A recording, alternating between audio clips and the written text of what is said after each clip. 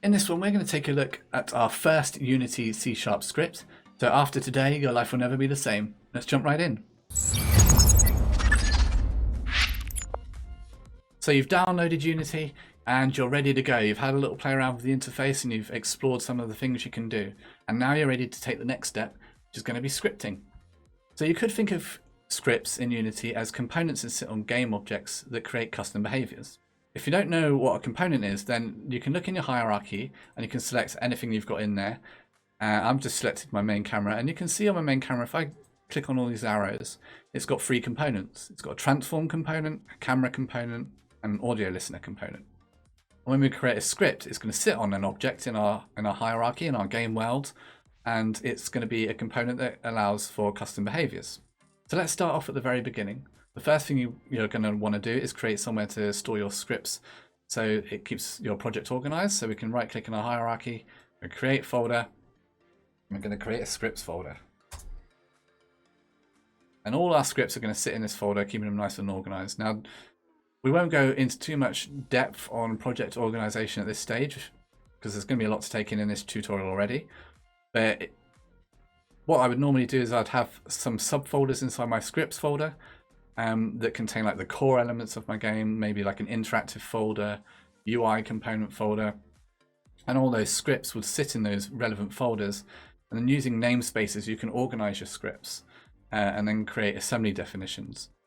And that essentially is going to really streamline your build process and make it a lot quicker. But for today, we're just going to create our scripts folder, which will house our one script that we're going to have a look at writing. How do we create a script? Well, there's a couple of ways. We can click on any object in our scene. I'm just going to create an empty one here.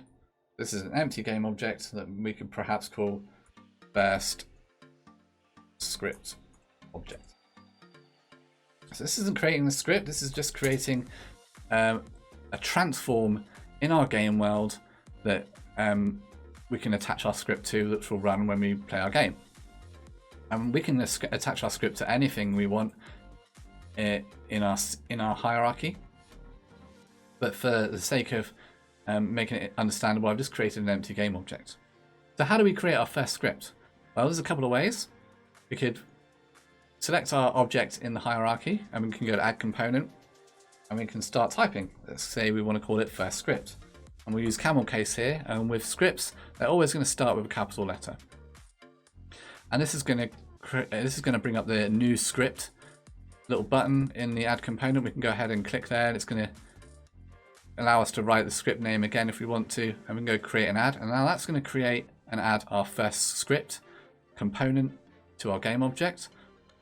The problem with doing it this way is that it just dumps it in the root of the assets folder, so it doesn't put it in any project structure. It's just going to put it here in the root. We would have to manually then move it to our scripts folder and then any subfolders after there. So I'm going to go ahead and delete that. What I normally tend to do is find where I want to put my script, right click, go to create C# script, and again we can call this first script. And then from here, once we've put it where we need it to be, we can left click and drag it onto any game object that we have in our hierarchy. So I've dropped onto the first script object, and you can see here, got the old one. Let's take that off. You can see here now it's got our first script. This is now a component that sits on our first script game object. Let's go ahead and click on this, and it's going to open up Visual Studio. So here in Visual Studio, we can see we've opened up our first script, and this is all the contents of the script at the moment. Now, there are other programming packages available. A lot of people like to use one called Rider, but that is one that you do have to pay for. I use Visual Studio. I think it's a community edition because it's free, but feel free to check out more and see if there's any out there that you like, and then you can connect them up to Unity. But for me, I'm going to use Visual Studio. And let's take a look at our script. I'm going to actually make my screen a little bit bigger here so we can see what's going on a bit easier. At the top, we've got our using statements. Now, these using statements are importing a namespace, which is a collection of classes and data types, which our script is going to be able to use. So using Unity Engine is going to import a collection of all the classes related to Unity. Then moving down, we have our start of our class. Now, a class is like the blueprint for your objects. Basically, in Unity, all of your scripts will begin with the class declaration, and Unity will put this automatically inside the script when we create a new one. A class defines the kind of data and the functionality that this object is going to have. And then we have the word mono behavior here, and this tells Unity what class our class is derived from. So first script is deriving or inheriting from mono behavior. Now that's a lot to take in at the moment, but just know that inheritance is a fundamental aspect of object-oriented programming, and we'll go over inheritance in an upcoming lesson. And then we have a couple of functions, and these are the start function and the update function. Now the start function is going to be called every time when we hit the play button in our Unity editor, several things happen.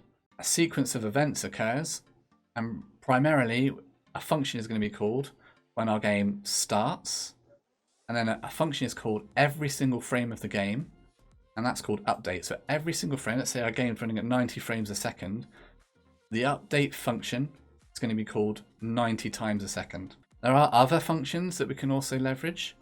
So we have an awake function, and these functions are going to be called in sequence. So if I was to type here void awake, this is a Unity specific function, and then when we hit play in our editor, awake will be called first, so everything inside awake will happen the second we hit play, and then everything inside start will then take place, and then an update is called every single frame. Awake and start only happen once. If we want to say like connect up or allocate values to our variables, then we would look to do it in awake or start. So let's take off the awake function a minute, we don't need it for this example. So just to give you an example of these two working, let's type in here, you can type in debug.log, and we're going to type in start function. Always use your semicolon at the end, and then in our update function we can write debug.log update function. Now Unity has a console, so when we hit play, if there's any errors or anything in our game or any messages we want to send, they're going to appear in our console. So I've saved my script here. I'm going to go back to Unity quickly, and we have the first script attached to our first script object. When I hit play, we'll see here the first thing that happened is our start function was called and our debug message popped up, and now our update function is running every frame, and as you can see here we're getting that debug message. So back to our script. That's how these two functions are working. So let's go ahead and make a bit more of a practical example. Let's make a cube in our scene. We go 3D object cube. I'm going to drop a cube in here, and we're going to go to our project window. We're going to make a new folder, and we're going to call this one materials. We'll click on there and we'll create a new material, and we'll call this cube material.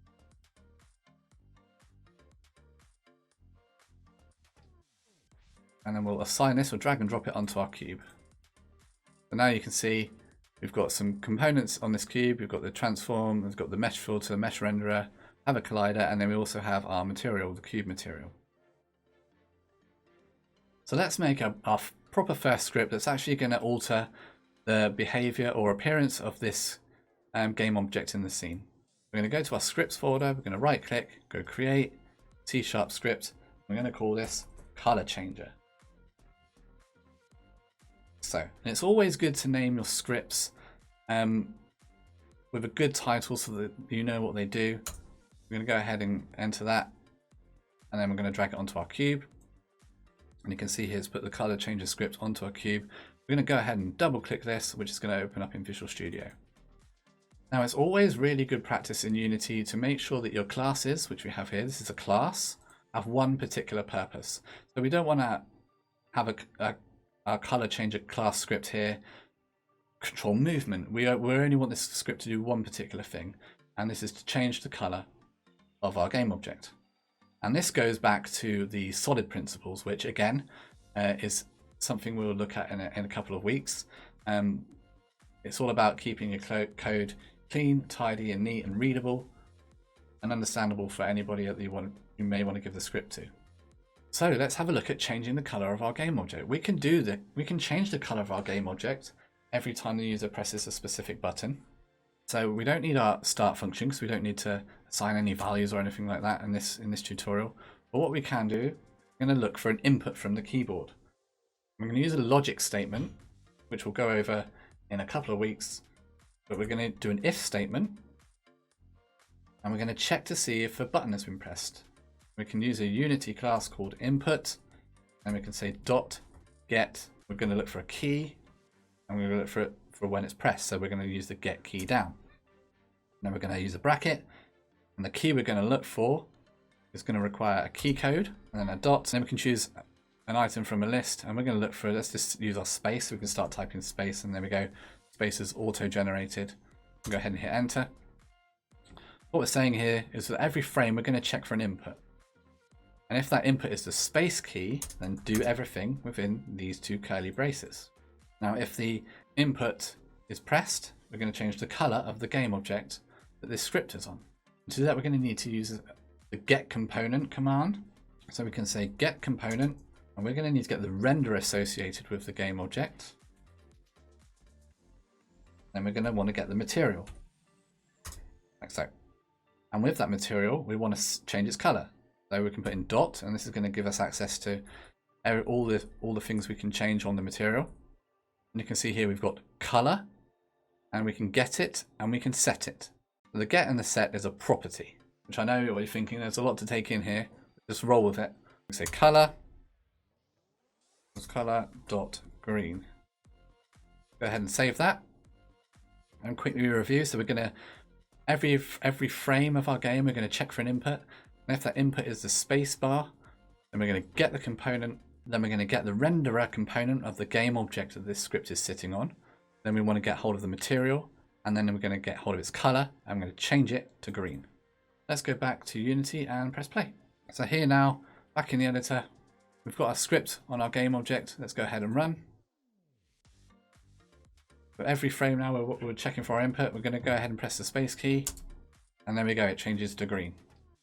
So that, in its simplest sense, I know there's a lot to take in with that, but what we've done is we've written our very first script that actually changes a property of a game object. And we've done it in a very simple way. All we've done is looked for an input from the keyboard, and we've changed its color to green when we've hit the associated input.